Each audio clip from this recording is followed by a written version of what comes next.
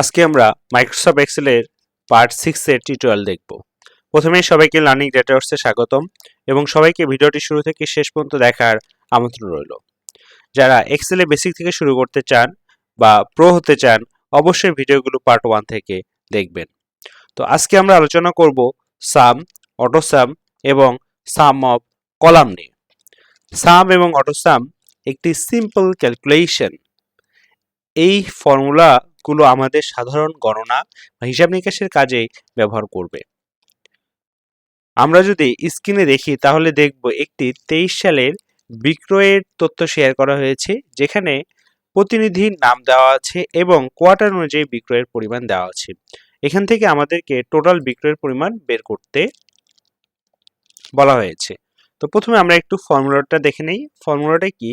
Formula হচ্ছে সাম equal সাম B4 colon E4 এবং B4 plus C4 plus D4 plus E4। তার মানে আমরা সামের ক্ষেত্রে দুইটা ফর্মুলা ইউজ করতে পারি। তো দুইটা ফর্মুলার কাজ একই এবং ফলাফল একই আসবে, তবে তারা দেখতে একটু ভিন্ন। ভিন্নতা কোথায়? প্রথম যে ফাংশন সেটিতে আমাদের কোনো প্লাস চিহ্ন নেই, যেটি পরের ফর্মুলাতে রয়েছে, এবং আরো একটি পার্থক্য হচ্ছে বন্ধনী। প্রথম ফাংশনের ক্ষেত্রে বন্ধনীটি মাস্ট ইউজ করতে হবে এবং এই ফাংশনগুলোর ক্ষেত্রে ফার্স্ট ব্র্যাকেট দিয়ে ফর্মুলা শুরু করতে হবে এবং শেষে ফার্স্ট ব্র্যাকেট ক্লোজ করতে হবে, এবং এটি কোনো ঐচ্ছিক বিষয় নয়, এটি মাস্ট বি ফাংশনের ক্ষেত্রে ইউজ করতে হবে। কিন্তু দ্বিতীয় ফর্মুলায় এই ধরনের কোনো বাধ্যবাধকতা নেই। এবং প্রথম ফর্মুলা আরেকটি দেখবেন হচ্ছে কোলন। কোলনটা কি? কোলন একটি রেঞ্জ অপারেট করে। এর মানে হচ্ছে বি থেকে E4 পর্যন্ত মান নিয়ে এসে কাজ করতে পারবে। এর মধ্যে যে মানগুলো থাকবে সে এই মানগুলো নিয়ে কাজ করবে। তো এখন আমরা সাম ফাংশনের ব্যবহারটি দেখি। সাম ফাংশনের ব্যবহারটি দেখি। এখানে আমরা টোটাল সামটা চাচ্ছি। আমরা ইকুয়াল সাম এই ফর্মুলাটি লিখেও আমরা করতে পারি, এবং দ্রুততার জন্য এটাকে আরো খুব সহজভাবে করা যায়। এজন্য আমরা যেখানে সামেশন বের করতে যাচ্ছি বা যোগফল বের করতে যাচ্ছি, যা সেখানে ক্লিক করে রিবনে হোম ট্যাবে যাব। হোম ট্যাব থেকে একদম ডানে এখানে সামেশনের একটি চিহ্ন আছে, এটাকে অটোসাম বলা হচ্ছে। অটোসামে জাস্ট ক্লিক করব। অটোসামে ক্লিক করলে ও দেখা যাচ্ছে যে একটি রেঞ্জ ধরে আমাকে অ্যান্সার দিয়ে দিয়েছে। কিন্তু এখানে একটি চিন্তার বিষয় হইতে পারে যে আমি কি চাচ্ছি এক্সেল কি আসলে সেটাই বের করে দিল? এটা আসলে নয়, বিকজ জেনারেলি যখন আমরা অটো সাম করি তখন ও উপরের কোনো ডেটা থাকলে ও সেটাকে সাম করে। যেহেতু আমাদের উপরে ব্ল্যাঙ্ক, সেহেতু সে উপরের ডেটাকে নিতে পারেনি, এবং আমাদের রাইট সাইডেও ব্ল্যাঙ্ক, সে রাইট সাইডেও কোনো ডেটা নিতে পারেনি, এবং আমাদের নিচেও ব্ল্যাঙ্ক। তো যেহেতু সে বামে ডেটা পেয়েছে, দ্যাটস ওয়াই সে বামে ডেটাটাকে সাম করেছে, এবং এখানে যদি কোথাও ব্ল্যাঙ্ক থাকতো সে ওই জায়গা পর্যন্ত গিয়ে আটকাই যেত। যেই কারণে আমরা যখনই এখানে অটোসাম দিয়েছি সে সেই পর্যন্ত ডেটা নিয়েছে। এবং নেক্সট রোতেও যদি আমরা ট্রাই করি, এখানেও ক্লিক করে যদি হোম ট্যাবে গিয়ে যদি অটোসামে ক্লিক করি, নেক্সট সে একই অ্যান্সারটা দেখিয়েছে, সে যোগ করে দেখিয়েছে একই রেঞ্জের ডেটা। এবং যদি এখানে ক্লিক করে দেখেন কি হয়, এখানে যদি অটোসামে ক্লিক করে এবার সে কি করেছে, এবার সে উপরে দুইটা অ্যামাউন্ট পেয়েছে, সে ওই দুটোকে সাম করে ফেলেছে, এবং উপরে টেক্সট এবং ব্ল্যাঙ্ক থাকার কারণে সে রেঞ্জ কিন্তু উপরে যায় নাই।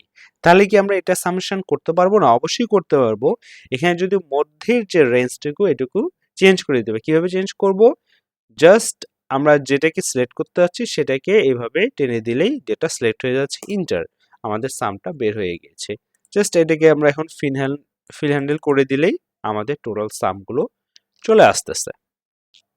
এবং আমরা এখন চাচ্ছি যে টোটাল কোয়ার্টার ওয়াইজ সাম করতে। তো টোটাল কোয়ার্টার ওয়াইজ যদি সাম করতে চাই, আমরা এখানে অটো সাম ইউজ করতে পারবো এবং সাম ইউজ করতে পারবো। অটো সাম ইউজ করার জন্য খুব দ্রুত ইউজ করা যায়। জাস্ট যেটাকে আমরা যেখানে আমরা অ্যান্সার দিতে যাচ্ছি সেখানে জাস্ট সিলেক্ট করবো। সামে ক্লিক করলে আমাদের প্রত্যেকটার সাম চলে আসবে। তো এইভাবেও আমরা খুব সহজে সামেশন করতে পারি। এখন আমরা এখানে সামের ফর্মুলা দেখলাম। এখন যদি আমাদের অনেক লার্জ ডেটা থাকে তাহলে আমরা কি করতে পারি? আমাদেরকে এই ধরনের একটি লার্জ ডেটা শেয়ার করা হয়েছে এবং এখানেও একটি সাম করতে বলা হয়েছে। এখানেও আমরা সাম অটো সাম করতে পারি এবং এখানে আরো সহজে যেই কলামগুলোর আমার সাম দরকার সেটি বের করা যায়। এই জন্য জাস্ট ডেটাকে আমরা যে কোনো এক জায়গায় ক্লিক করব, ক্লিক করে কন্ট্রোল টি প্রেস করব, তাহলে আমার পুরো ডেটাটি একটি টেবিল ফরম্যাটে চলে যাবে। এখানে আমার জেনারেলি 1000 ডেটা আছে, এটা আরো বেশি হতে পারে। এই জন্য এটাকে আমরা টেবিল ফরম্যাটে কনভার্ট করে ফেললাম। এখন ওকেতে ক্লিক করব, আমার পুরোটা টেবিল ফরম্যাটে কনভার্ট হয়ে গেল। টেবিল ফরম্যাটে কনভার্ট হওয়ার পর আমি এখান থেকে যে কোনো কালার চুজ করতে পারি। আমি জাস্ট সিম্পল একটা কালার নিলাম, একটু ব্ল্যাঙ্ক করে নিই। সিম্পল একটা কালার নিলাম, কালার নিয়ে এখন আমি চাচ্ছি এই কলামগুলো সাম করতে। তো এই কলামগুলো যখন আমি সাম করব, তো প্রত্যেকটা আমাকে ম্যানুয়ালি বা অটো সাম করতে হবে। এটি না করে জাস্ট টেবিলের যে কোনো একটা জায়গায় ক্লিক করলে আমাদের এখানে টেবিল ডিজাইন নামে অপশানটি চলে আসবে। টেবিল ডিজাইন নামে অপশানটি চলে এসেছে। টেবিল ডিজাইনে ক্লিক করব। টেবিল ডিজাইনে ক্লিক করলে আমরা এখানে দেখব header row, total row, banded row, first column. তো আমরা এখানে জাস্ট টোটাল রোতে ক্লিক করব। টোটাল রোতে ক্লিক করলে আমার এখানে এক্সট্রা একটি রো ক্রিয়েট হয়ে যাবে এবং এই আমরা টোটাল কলামগুলোর সাম চাচ্ছি। এই জন্য সাপোজ কস্ট প্রাইজের টোটাল সামের জন্য কস্ট প্রাইজের কলামে ক্লিক করে একটা ড্রপ ডাউন মেনু পাবো। ড্রপ ডাউন মেনুতে গিয়ে আপনি এখানে সাম, অ্যাভারেজ, অ্যাসেট টেস্ট অনেক কিছু আছে, নিতে পারেন। যেহেতু সাম করবো, জাস্ট সামে প্রেস করব। সামে প্রেস করলে আমাদের কস্ট প্রাইজের সামগুলো চলে আসবে। অন্যান্য কলামগুলোর সামের জন্য জাস্ট ভ্যালুটাকে সিলেক্ট করে এই কর্নার যে প্লাস বাটন আছে জাস্ট রেখে টেনে দিলে বা ফিল হ্যান্ডেল করলে আমাদের অন্যান্য কলামের সামগুলো আমরা পেয়ে যাব।